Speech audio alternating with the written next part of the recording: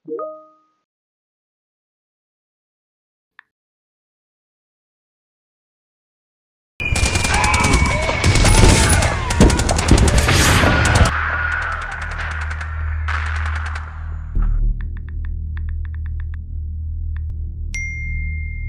болуп жаткан нерселерге ишенип жатасыңарбы? Алар бейгүнөө балдарды өлтүрүп жатышат.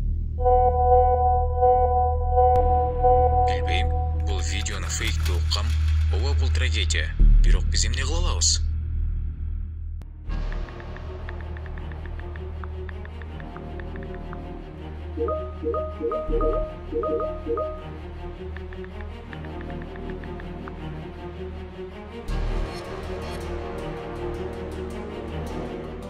Кыргызстанда эле жыл сайын ачкачылыктан 700дөн ашык бала көз жумат. Балдардын жакырчылыгы 45%га өсүп, жыйынтыгында 750 миң үй бүлө күн сайын жашоо үчүн күрөшөт. Сиз эмне үчүн күрөшөсүз?